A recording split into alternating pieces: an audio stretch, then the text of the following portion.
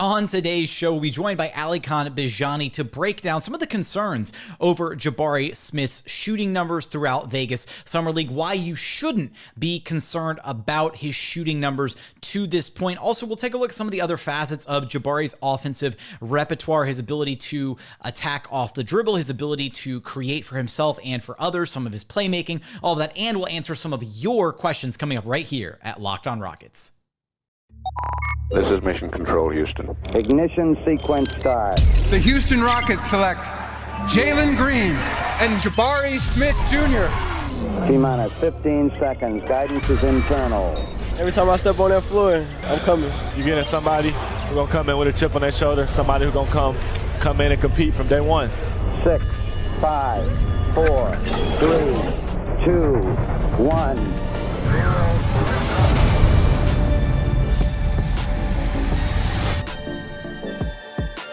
What's up, and welcome to another edition of Locked On Rockets, your daily podcast home for everything Houston Rockets basketball. As always, I'm your host, Jackson Gatlin, native Houstonian and credentialed media member. I'm also the host of Locked On NBA Mondays, host of the State of the Rockets podcast, as well as the founder of ClutchCityControlRoom.com. Be sure to follow along on Twitter at JT Gatlin, and the show, of course, at Locked On Rockets. We are free and available wherever you get your podcasts, including YouTube. Just go to YouTube, search Locked On Rockets, like, comment, and subscribe. Joining us now to talk all things Jabari Smith Jr. is, of course, our once-a-week co-host here for Locked On Rockets Film Room, Alykhan Bijani. And Alykhan, I hope you're ready to help kind of squash some of these concerns, issues with Jabari Smith Jr. as far as just his offensive production is concerned out of what we saw with him at Vegas Summer League. Yeah, no, definitely, Jackson. I think this is a good time for us to be able to just have a conversation about how we did, dispel some conversations on Twitter. It's about to be August. You know, we're still a month and a half, 2 months out from at least even training camp. So there's going to be a lot of conversation, obviously, on Summer League, which we're guilty of doing ourselves here right on the show, but we're trying to give you guys the best perspective as possible. So while you're having these conversations on Twitter, Reddit, wherever you guys are having, you can have some additional context and details to be able to support the arguments you're trying to make. Yeah, I think one of the biggest issues that we saw was just the offensive efficiency wasn't quite what we were expecting out of Jabari Smith Jr. Now, we kind of teased this last week during our episode that we would kind of bring up some of the shooting numbers and really revisit this topic of discussion to really kind of hone in on what our thoughts are as to why we, Rockets fans shouldn't be necessarily concerned with the efficiency not being quite where we would have liked to see it in Summer League for Jabari, as well as some of the areas that he did show some effectiveness offensively. We'll talk about his shot creation, his playmaking, some of those other things. But first, let's pull up these numbers here that you have so generously provided for us, Alykhan. And why don't you walk us through some of what stands out to you on the page here? Yeah, so, for those on YouTube, I'm just going to have it on there for you to be able to see. But for our listeners out there, just gonna go down the list of his offensive numbers and allow you guys to internalize that. And then we'll have a conversation, Jackson, from there. So this is for spot ups for Jabari, 24 possessions. He ranked in the 32nd percentile, shot 6 of 21 on those spot up, which we'll get into in terms of shooting. Transition, pretty good, almost 70th percentile. Isolation, somewhere where I think we'll see Jabari, especially on not necessarily the elbows, but more so, towards the baseline of both sides. He loves especially going left. So I think we'll see a lot of that. He was 3 of 9 shooting from there. As a roll man, 3 of 6. That's interesting. He only had 10 possessions where he was a roll man out of pick and roll most of the time. And the spot up possessions was 24. Most of those were pick and pop opportunities.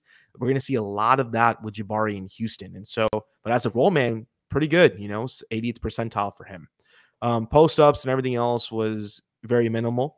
Post-ups, he was only 1 of 8 shooting, and a lot of those were kind of the way Synergy counted them when I went back and watched the video, where essentially he got the ball, did one back move, and went up for the shot.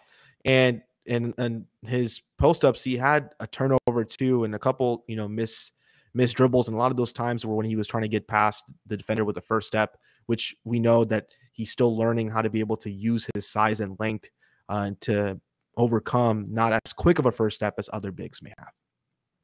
I think what really stood out here too was that pick and roll number, just because even though it only resulted in 3 shot attempts, I guess, as the roll man, the fact that he's able to utilize his length so well, both what we saw, with some of those interior finishes, as well as the way that he was able to finish in transition, I think that as he grows his game and becomes more comfortable as a pick and roll finisher, being able to set those high quality screens and then roll and have the opportunity to roll or to pop out onto the perimeter, utilizing his gravity as a 3-point shooter, but also keeping defenses kind of guessing there, that's going to open up a lot of opportunities for him just with his sheer size to kind of minimize the amount of times where he necessarily has to put the ball on the floor, right? If he can be a strong roll man or increase that part of his game, then KPJ, Jalen Green, those guys can easily find him over the top of a defense to where he doesn't even have to put the ball on the floor, and he's just, 2 steps away from the bucket and just elevates and finishes right over the top of the defense. Yeah, and just one more thing to point out for our listeners and people watching us as well.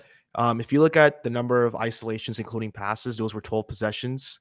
In reality, he had 10 of those possessions. I will say that the 12 isn't necessarily accurate because I would also include some post-ups there. He passes the ball. There was one mark on him I saw in some scouting reports going to the draft that he had tunnel vision per se in some of those isolations. He would just trying to go up for the shot, which, granted, he has a really high release point, and we'll get into that. But the fact that he was looking to make the passes, looking for cutters, I think that's a great sign. Him and Tari played really well together because Tari was the recipient of some of those passes. So, really solid stuff here.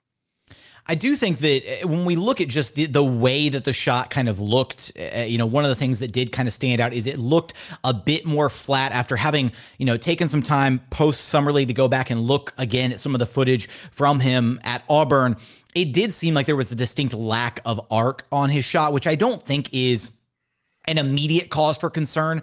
I think that you can look at it and justify it in a number of different ways. The fact that adjusting to the pace of Summer League maybe didn't quite have his legs underneath him when he was going up for some of the shots that he was taking. You can also account for the fact that the NBA 3-point line is, longer than the college 3-point line. Yeah. So adjusting for some of those variables is something that could have affected his shot just in this. Again, it's such a small sample size of just 5 games that we got to see him play in. And that's why, for me, especially Alykhan, I'm not willing or ready to overreact to these 5 games, if only because, right, we see NBA players oftentimes go through shooting slumps that last 5 or sometimes 10 games or more throughout a calendar season. So it could very well just be, hey, Jabari was in a bit of a funk, and maybe if he had hit the ground running in that first game, hit some of his first few buckets, maybe he doesn't get into that mental deficit where he's like overthinking things, because at times it kind of looked like he started to really kind of get down on himself as far as just overthinking some of the shots, and he was still aggressive, still trying to get those shots off, but they just weren't conveying, unfortunately. Yeah, and I know we'll get into this in the next segment, but just in terms of just a quick tease as we get into it, what was happening during Summer League, I'm going to acknowledge both sides.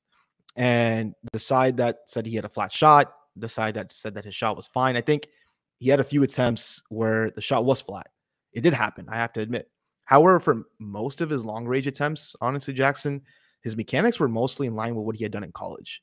And I think that's important to point out. And I think the moments where he missed a shot and he was missing multiple, I think those stand out more, right? Because he's missing a lot of shots. You're not satisfied. But there are games when he plays well and he had a pretty efficient stat line that is not necessarily as picked upon, right, as the other one. So I think we'll get into that here right after this next break.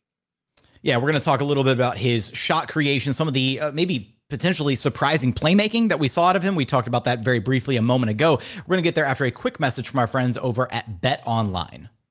BetOnline.net is the fastest and easiest way to check in on all of your betting needs. Find all your favorite sports and events at the #1 online source for odds, lines, and games. Find reviews and news for every single league, including Major League Baseball, NFL, NBA, NHL, combat sports, esports, even golf. You name it, they've got it over at BetOnline. Right now, you can take a look at who the odds-on favorites are to win the 2023 NBA title. Right now, the Boston Celtics leading the way at plus 400. You got the Milwaukee Bucks at plus 625. The Golden State Warriors at plus 700, and then rounding out the top 5, you got the LA Clippers at plus 750 and the Phoenix Suns at plus 950. So for all of that and more odds, head to their website today to learn more about the trends in action available to you. Bet Online, it's where the game starts. And continuing on here at Locked On Rockets, your daily podcast, home for everything Houston Rockets basketball. Continue our conversation here, talking Jabari Smith Jr., some of the offensive production or, potential lack of production that we saw out of him in Las Vegas Summer League. And one of the other things that we want to bring up here, as we've got a handful of some more stats to take a look at from Summer League, were some of the breakdowns of his shot attempts overall, some things like his jump shooting, his runners around the basket, post-ups, things of that nature, the percent of time that he was taking attempts like that. So, Alykhan, let's walk through some of this really quick for our listeners and kind of extrapolate some of this data. Yeah. So I'm just going to read it out loud. So in terms of jump shooting overall, he was 10 to 38 shooting around the basket. So we mentioned post-ups earlier, and this is why context is important. Post-ups that were around the basket, meaning close towards the rim, not like basically mostly in the paint. 6 of 9. Post-ups. Nice.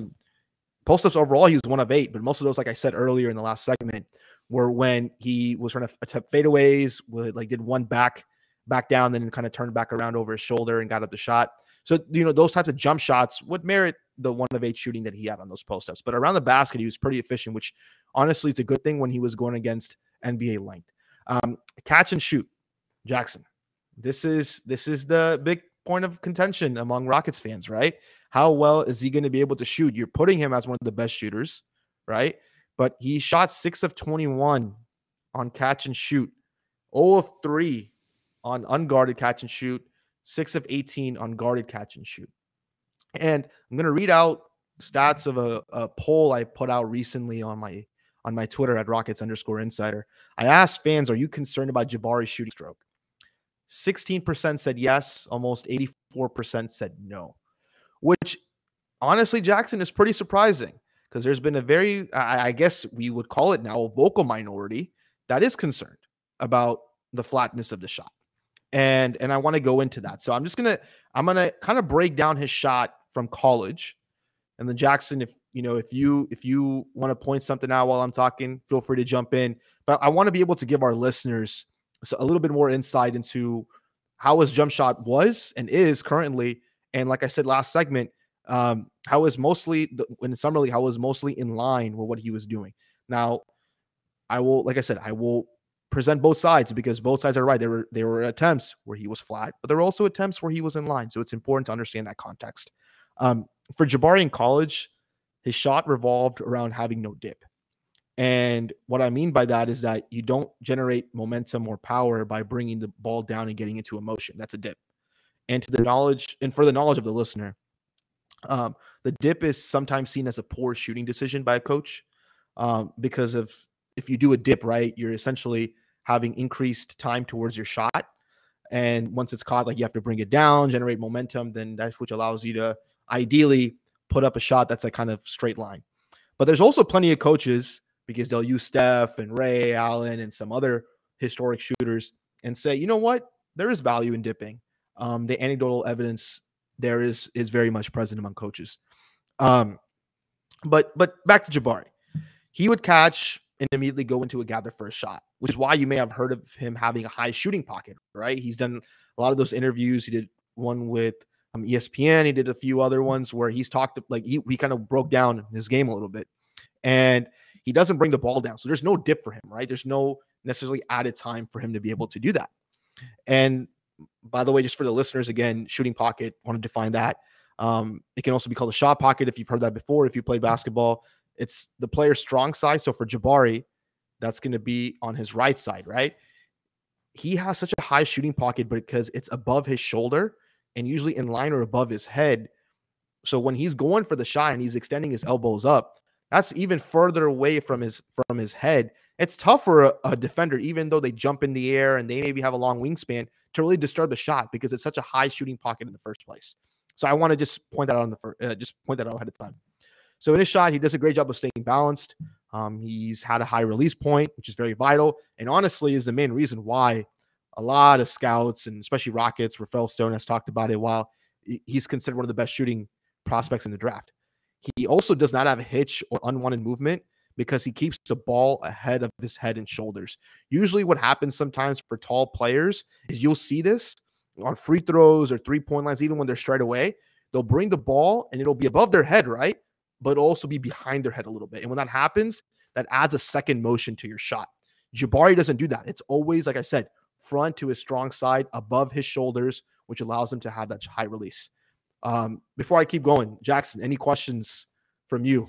No questions yet at this point. It's just one other observation that I have, and this is something that I try to pay attention to with players who are going to be, exposed to a large volume of shots, at some point, right, where they're not necessarily relying on their self-creation ability, is the fact that he does a great job of actually being squared up when he goes to take those shots, right? Like, he gets his shoulders squared up to, directly to the basket, not trying to break my microphone here or anything, but right, he does a good job of squaring up, and he did that both in the times where he was kind of having to create for himself, maybe at the elbow, kind of in that triple threat where we saw him get to that 15 to 18 foot, mid-range shot. And then at times when he was at the 3-point line, right, does a great job of getting his body, lined up the way that needs to be, not really shooting off balance, not rushing through his shooting motion at all. He's very confident in like all facets, all mechanics of his shot form at this point. Yeah, for sure. And I'm glad you brought that up, because you saw him up close and personal, right? You were able to see him be able to do this. I want to give a shout out to Salman Ali, a good friend of ours. He did a podcast recently with Craig Ackerman, which Craig also talked about. He used the word aiming. I'm going to kind of go into what I think, what I thought was the problem with Jabari shot in Summer League. But aiming, I think, is a very accurate description of kind of what Jabari was trying to do. But, to the point of those who thought it was flat, there were moments, and most came on quick contests, where he would have to rush a shot, where he would slightly lean his upper body back. And I don't have to really describe that to you. If you're listening to this, you watch plenty of basketball.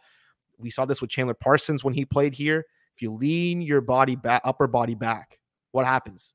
Most likely the shot's going to fall short and it's going to become flat. So those instances which you saw him miss those shots, I'd go back and I'd watch them and see if his body was falling back or upper body was falling back. And maybe that'll answer some of your questions about why it was so flat. There were times where his base and feet were not correctly aligned with the basket, which could be due to how quickly you have to shuffle your feet after setting a pick and pop as a screener on the move. These are small things which will get better with more reps. And yes, just having NBA level guards, that will help him do that too. However, it is somewhat concerning given how well he shot the ball in college. He did shoot corner threes, and he was pretty good at it. He did shoot pick and pop threes. And the thing about him in college is, as you mentioned, Jackson, early in the show, the 3-point line is a little bit behind. In front of where the 3-point line is in the NBA, right? And so, but in college, he still shot the ball about 1, 2, or 3 feet beyond the college 3-point line, which I think is important to include, because when I'm talking about his mechanics, I'm pointing out the mechanics from those types of shots where he's in that slot, the long wing three, where he's in the corner, where he's the free throw line. Free throw line is the best way to be able to see the basic, mechanics. So, it is somewhat concerning, but I also want to give shout out to Rockets Reddit. There was a Redditor who was there at one of the Summer League games, and he had mentioned that he sat next to Jabari's dad. And Jabari's dad had mentioned that Jabari was just overthinking and just trying to adjust.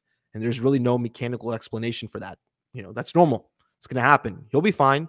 He'll continue to learn. I think that's what I learned the most, is that he's adapting to shooting the ball from 2 to 3 feet beyond the arc, especially in the NBA, which is interesting because I think he can be a deep 3-point shooter. All the scouts, like I said, all rave about his ability to eventually become a long range shooter, not just a 3-point shooter. His 3-point shot from the corners, it already translates. But him becoming a deep 3-point shooter, like an Eric Gordon, 3 feet beyond the NBA line, currently 3-point shooter, that would do so much damage for you offensively, to be able to have a guy who not only brings the big out, but brings the big out even more, because he knows with Jabari's high release and the ability to hit deep jump shots, you have to be at the 3-point line. You can't even be at that dig position where you can kind of come in and stunt towards the ball handler. You have to be very high. So why am I not concerned? He's going to be using pick and pops.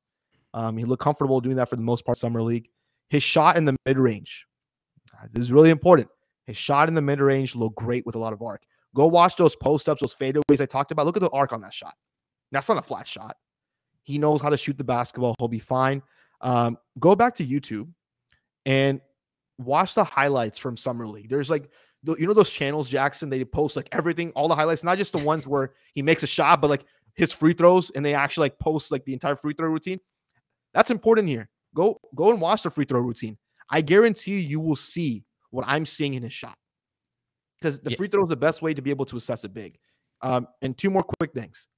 Rick Higgins said when he was first asked about this, Jackson, and you were there too, Jabari is going to be fine. He said, quote, he's still 19, making some 19-year-old decisions, but it feels like the game is making more sense to him. As long as the game makes more sense to him and he stops rushing and thinking about how to set his feet and doing those things with an NBA three-point line, he'll be fine. I think by training camp, you'll see those changes preseason, as we saw released. The Rockets play at home versus the San Antonio Spurs October 2nd. When everybody's there at home on October 2nd, I think you're going to see a much more confident Jabari Smith Jr. And I will just tell you, no Rockets coach is concerned about his jump shot. And I think that's the most important thing to hear if you're a Rockets fan. Nobody in the coaching staff is concerned. No, and I think that is eloquently put. That's basically kind of, again, where I'm at mentally is there's just not enough historic evidence to look back and have a concern about his jump shot mechanically or anything that we've seen up until this point. The numbers, again, didn't quite translate the way that Rockets fans were maybe hoping and expecting them to in the little brief stint of Summer League games that we saw. The one other thing that I will tack on here before we transition into our final segment here and answer some of your questions that were proposed to us on Twitter. So we thank you for those. We'll get to those in just a second. Is he didn't get many, if at all, corner three opportunities. Like, it felt like those were few and far between in Summer League. And I think that it'll be interesting to see just how he's deployed offensively within the Rockets scheme this next season, if that's kind of the thing where the majority of his threes are going to be kind of, you know, in the slot, top of the key, you know, that kind of area above the break essentially, or if he is going to get opportunities where he's kind of situated, stationed in a corner and get some of those easier three opportunities, right? Because that is a shorter distance from the corner three to the bucket. So it'll be really interesting to see how Steven Silas deploys him offensively this upcoming season with guys like Alperen Sengun in the lineup, who will predominantly be an effective screener as well. So instead of Jabari having to set the majority of the screens offensively, he'll have another strong screener out there in Alperen Sengun, to where maybe he's not directly involved in the offensive action, at least not the first action within the offense. So with that, let's go ahead and transition into our final segment, where we're gonna answer some of your questions about Jabari's defensive capabilities, how he looks compared to some other NBA defenders, how he might actually be utilized offensively by Steven Silas and company. We're gonna get there in just one moment. And final segment here at Locked On Rockets, your daily podcast home for everything Houston Rockets basketball. We are free and available on all podcast platforms, including YouTube. So go to YouTube, search Locked On Rockets. Be sure to like, comment, and subscribe. Also, go subscribe to Rockets Film Room on YouTube. There will be a link to it in the description of this episode. Go click on it, go subscribe. I think Rockets Film Room is now about 60 subscribers away from 1,000. So after our last episode last week with Alykhan, we picked up like an extra 40 subscribers for that channel. Alykhan has a bunch of amazing content that's going to be coming out over at that channel. Some actual Film Room content. We can talk about the Film Room here, but because of some unfortunate rules due to copyright infringement and things like that, we can't actually run the footage back on this channel, or the NBA is going to slap me upside the head. So we can't do that here, but he's going to have tons of film breakdown for you over at that channel. So go drop him a sub. We want to get him to 1,000 as soon as possible. So Alykhan, final segment here. We're going to run back some questions from the listeners. So let's start with our very first question from @GrizzlyShark. And that is, how many, if any, minutes do you see Jabari at the 5 spot? You want to take this first? You go first, and I'll piggyback off of you. I have some thoughts, but you were there in Summer League, so I want to use those Summer League thoughts first. Sure. Well, first of all, I think in Summer League, we got almost not necessarily like an exclusive look, but Jabari effectively played the 5 whenever he was on the floor for the Rockets, because they didn't have Usman Garuba.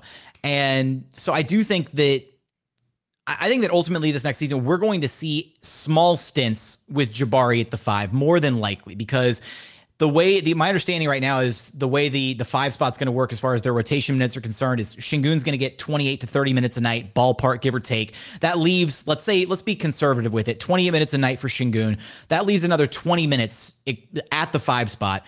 And assuming Usman Garuba picks up anywhere from 10 to 12 of those additional minutes, I'm expecting the Rockets to have about 10 minutes a night, maybe 5 per half, where they effectively play small with Jabari or somebody else at that 5 spot. It might not always have to be Jabari. Maybe it's somebody else they effectively decide they want to run Rockets small ball with, but we know that this is a team historically that has enjoyed the idea of playing a bit smaller, being able to get out in transition and causing, mismatches for the opponent, and playing Jabari at the 5, a big who can still effectively play big defensively while also spreading your offense 5 out offensively and being able to really still get out in transition and do a lot of the things that you want to do by playing small. I think we're going to see a steady, healthy dose of that throughout the season, even just from opening night. No, you're absolutely right. When I've talked to people who are working on these decisions, they've also talked about that too. When we're looking at the backup 5, I think it's important to look at Usman Garuba and look at Bruno Fernando, who was just signed to an Exhibit 10 deal. So let's say Bruno earns the 2-way spot. Exhibit 10 can be converted to a 2-way. You still have Usman Garuba there. Usman's going to have to, earn those minutes. You have Boban. We don't know what the plan yet is for Boban. And then you have Jabari Smith. I think how it's going to run is you're going to have Sengun start, like you said. You'll have closing minutes where you'll have Jabari as the 5, and you'll have defenders who can switch 1 through 5. I think that's how the Rockets will play. I think that's how they want to play with a younger team. I think that's how they're going to play. So let's see what happens. But minutes at the 5, I think Jabari will have plenty of minutes. When I say plenty, I think plenty in the context of in crunch time. In crunch time, you will see Jabari, and I think that's where you'll be able to see that added benefit he provides with his length and his defense. And we've talked about it last week, right? Everybody talks about it. I've talked about it. Jackson's talked about it multiple times. Switchability, point of attack defense, perimeter pressure. Instincts. I mean, it's all incredible. He still made mistakes, and I want to make sure I say that because I didn't say that last episode, and rightfully so. I was called out on it. He makes mistakes. He's going to learn. He's a rookie. He, sometimes he has tunnel vision on defense as well. But for the most part, the kid is good. You want him to be able to switch and take advantage of his assignment and win that individual defensive assignment. And those types of players, especially at the 5, premium minutes, especially in the clutch. Let's go to our next question here. Question 2 out of 3, and is from @WishUponABar. Offensively, how should fans expect to see him used compared to Christian Wood, who is also a big who could shoot? So I want to bring up what you just talked about, Jackson, last segment about his corner shooting. I think I want to say, and not challenge you, but just bring it up as a add-on, that yes, he did not shoot as many corner threes in Summer League. It didn't seem like it, right, that he was necessarily involved in the corners. But if you go back and watch, especially when he played with Eric Holman, Jabari would be in the corner to start the possession. And depending on the movement that was going on, the Rockets had a lot of 21 series offense, which I talked about on Twitter. They ran a lot of different offenses that involved pistols, so that 1-2 pick and roll or 1-2 initial action. Pistol and 21 series and delay. All these terms I'm using are NBA terms, but the important thing to note for the listener is that they involve the point guard and the shooting guard, the 1 and the 2 towards one of the sidelines.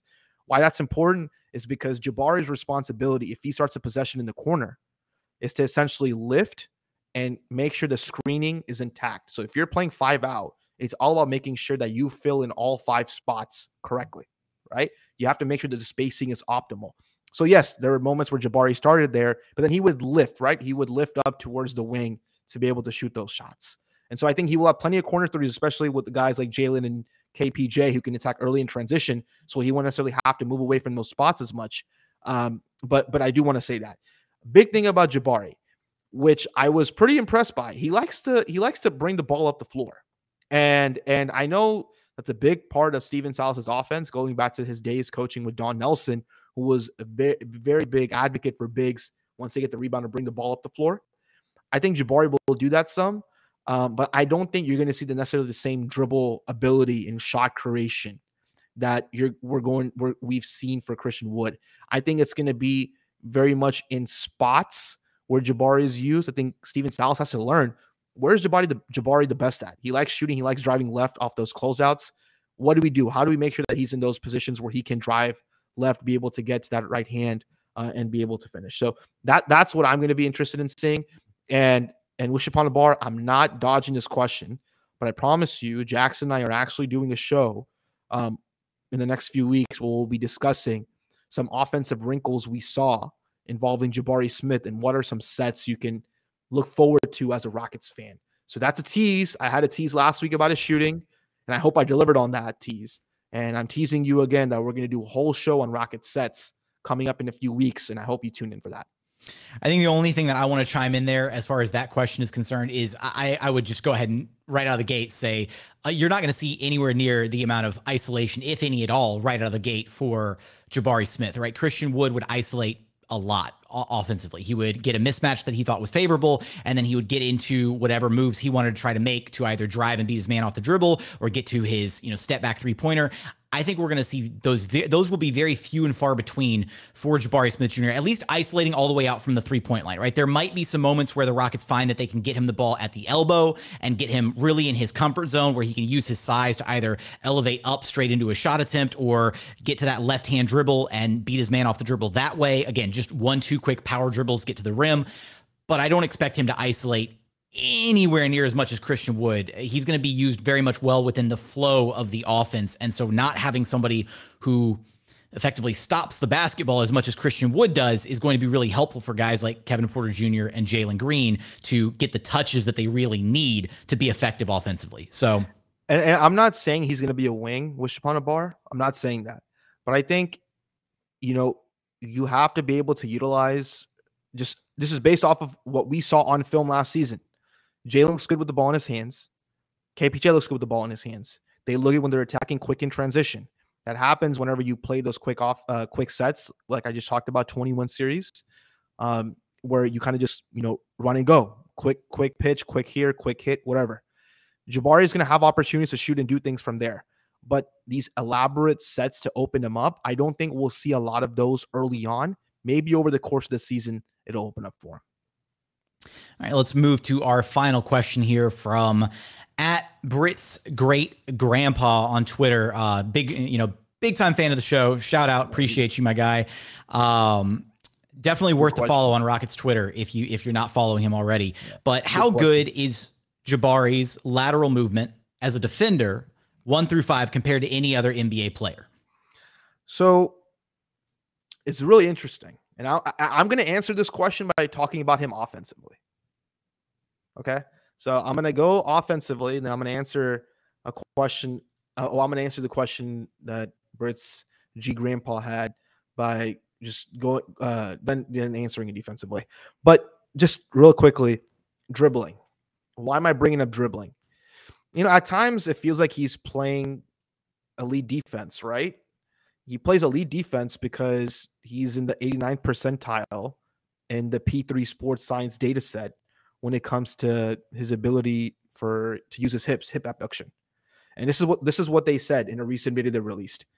They said, impressive lateral tools for an athlete of his position, specifically his hip abduction, the ability to move the ability to move the drive leg laterally away from the midline of his body has consistently outpaced all of his peers at the NBA level. And he ranks 89th percentile, like I said, in this data set. Why is this important? We know he's good defensively. We know, and I've talked about it, perimeter pressure, point of attack defense. That's because he can move laterally. But we know how good he is defensively, but sometimes I feel like he struggles to dribble the basketball because he is too upright and wide. Sometimes I feel like he plays on offense like he's playing defense, not in terms of in position wise, but more so in terms of body mechanics. And I think the Rockets will have to work with him on his mechanics or just overall movement offensively. And a couple success stories I want to bring up for Rockets fans. 2 recent ones, Clint Capella and Isaiah Hartenstein. If you go back, and there could be stories that were written on this, it was Clint, especially was before my time when I became a writer about this, but they worked really hard on Clint in terms of his mechanics with his body to be able to be who he is today. Clint was always one of the fastest players on the court. There's a reason why he outran every single big on the court when he played with the Rockets. And that's a job well done for the player development staff. Isaiah Hartenstein, he made so many strides with the G League. Mahmoud Abdul Fattah was there. Devin Blair, a lot of different guys who work with him. John Lucas here when he was with the big club. Look at Isaiah Hartenstein now. Got a guaranteed deal with the New York Knicks. It's going to be fine. Jabari will get there. It's going to take some time, but you have to be able to change some of the body mechanics that he has that, cause some of these difficulties with him dribbling the ball. And I think once you fix those biomechanics and help him get lower and have a more tight of a dribble, he'll be much better. But why I brought all that up, because I wanted to first bring it up and I want to tie it back to here. 89 percentile for his hip abduction is pretty good, man. And I think you're seeing that in the numbers. So if you're on YouTube, you see the numbers and you're already blown away without me bringing it up. But for our listeners, Jabari Smith in Summer League was in the 100th percentile in isolation defense. 14 possessions, only 6 points allowed. 14 possessions, only 6 points allowed. Opposing players shot 2 of 10 against him in isolation. Couple turnovers, only fouled about once. 0.4 points per possession. That's pretty incredible, Jackson. And I mean, everything else, he defended some spot ups, some pick and roll ball handlers and stuff. But for the most part, when he was in isolation and playing isolation defense and taking on that responsibility of staying in front, that's where that 89 percentile comes in. You can't get past this guy. He just stays in front like a wall. And the best part about Jabari is, and how this plays well with Alperen Sengun, is that Jabari can guide the offensive player towards the help defense. He'll funnel him towards Sengun. So let's say Sengun has this particular spot in the paint where he likes to be able to rotate from or stand at. Jabari is just going to be like, hey, take my hand, come with me. I'm going to take you to Alperen Sengun right now. So I think it's a pretty incredible stat. Obviously, he's not going to be 100 percentile during the season, but it just gives you a glimpse of how good he is. And I hope that answers the question about how his body mechanics relate to his ability to switch and how his switching can then become a weapon for the Rockets defense. Yeah, and I think this is my turn to say that, like, this is my turn to basically have a cop-out answer here, because the specific question was asking, compared to any other NBA player. And I think that Rafael Stone said it multiple times when asked about Jabari and what he looks like physically. There isn't another NBA player that has his combination of size and like lateral movement ability, speed, strength, like all those different factors at play. Rafael said it right after draft night when Jabari was first drafted.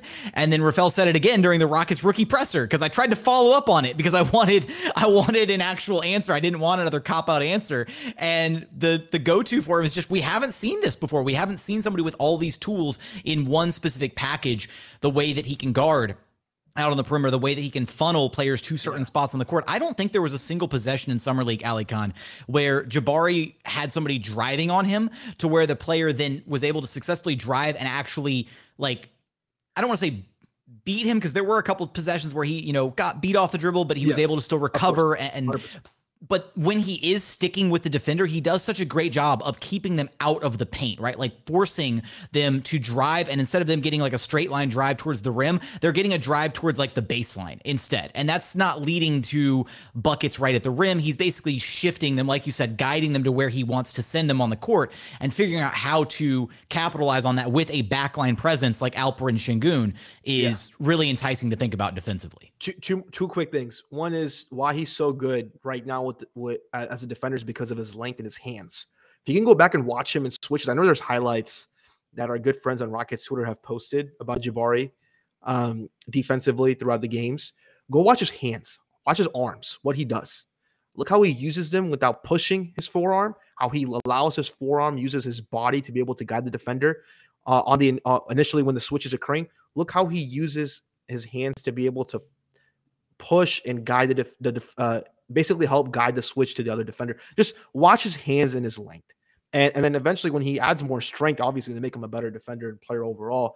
But I just think that's also a very big part of that answer. And last thing, I can maybe I'll start a little argument here, but you said that there's nobody that he reminds you of. There's been a conversation on Rockets Twitter about Evan Mobley and Jabari Smith. No, I'm kidding. I'm not going to start that. But no. In all honesty, I think Jabari, he can, Evan is so good defensively already. And I think Jabari can have that similar impact, not in the same way because they both have different tools, in my opinion. But I think in different ways, in a similar way to their teams, they can be such a big asset to being the fulcrum or the anchor of a defensive unit. Love it. Love the ground that we covered today talking Jabari Smith Jr. Alykhan, that's going to do it for our Rockets Film Room episode today. You know the drill. Let our listeners know where to track you down at. Yeah, follow me on Twitter at Rockets_insider. Also follow us at Locked On Rockets on Twitter as well. We got to get that following up, man. Locked On Rockets is a great place to be able to check out content as well, stay in the loop of our shows, and then also subscribe to the YouTube channel Rockets Film Room. So see you guys there. Alykhan, always a pleasure. Appreciate you stopping by. We'll see you again next week. Awesome. That's going to do it for today's episode. If you haven't done so yet, please consider subscribing wherever you listen to your podcast. That's going to be Apple, Spotify, Google, the Odyssey app, free and available on all platforms. We're on YouTube as well. Talked about it a couple times in the show, but yeah, just go to YouTube, search Locked On Rockets. Be sure to like, comment, and subscribe. How do you feel about Jabari Smith Jr. offensively? Do you feel better about him after hearing what we had to say on today's show? Let us know in the comments on YouTube. But as always, thank you so much for watching. Thank you so much for listening. And we look forward to having you back right here at Locked On Rockets, your daily podcast home for everything Houston Rockets basketball.